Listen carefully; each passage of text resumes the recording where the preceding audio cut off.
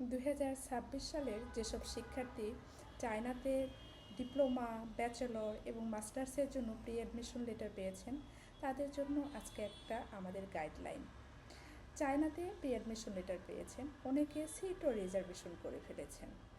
এখন চিন্তা করছেন আমি শুধু ভিসা পাবো, তারপরে চলে যাব চায়নায়, গিয়ে পড়াশোনাটা স্টার্ট করব।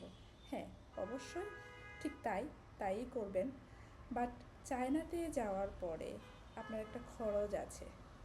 সেই খরচগুলো কি কি, এটা অনেক স্টুডেন্ট আপনাদের অজানা।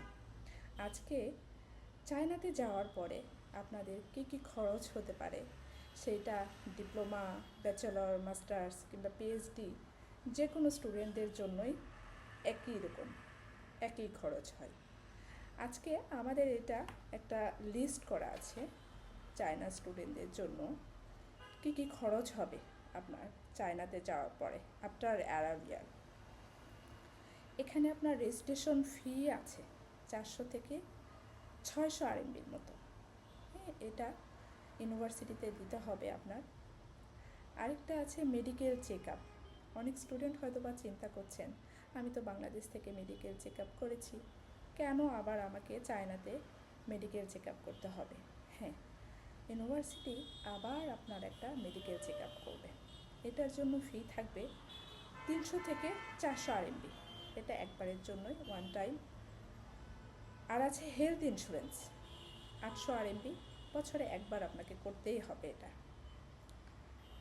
ভিসা এক্সটেনশন করতে হবে আপনাকে। চায়নাতে যারা পড়াশোনা করতে যাবেন তারা শুধুমাত্র 3 মাসের ভিসা পাবেন, কিন্তু চায়নাতে যাওয়ার পরে প্রতি বছর আপনাকে ভিসা এক্সটেনশন করতে হবে। এই এক্সটেনশন ফি হচ্ছে 400 থেকে 800 আরএমবি। আরেকটা যেই পেমেন্ট আপনাকে করতে হবে সেটা হচ্ছে হোস্টেল ডিপোজিট। হয়তোবা বাংলাদেশ থেকে অনেক স্টুডেন্ট, হোস্টেল বলতে অ্যাকোমোডেশন ডিপোজিট, বাংলাদেশ থেকে অনেকেই হয়তোবা এটা পেমেন্ট করে যাবেন, তাদের এটা লাগবে না। কিন্তু যারা করবেন না তাদের একটা ডিপোজিট ইউনিভার্সিটি থেকে নেবে, এটা 500 আরএমবির মধ্যে থাকবে। তো স্টুডেন্টদেরকে বলবো যে আপনাদের অ্যাডমিশনটা কনফার্ম হয়েছে, অনেকেই ফুল ফ্রি স্কলারশিপও পেয়েছেন, বাট এই প্ল্যানিংটা আপনাদের মাথায় নেই কিংবা এই তথ্যটা আপনাদের অজানা। বিপদে পড়ে যাবেন চায়নাতে যাওয়ার পরে। বাংলাদেশি টাকায় হয়তোবা আপনার খরচ হবে 50 থেকে 60 হাজার টাকা। এই টাকাটা অবশ্যই আপনারা সঙ্গে নিয়ে যাবেন এবং ইউনিভার্সিটি প্রসিডিওর অনুযায়ী এটা কমপ্লিট করবেন।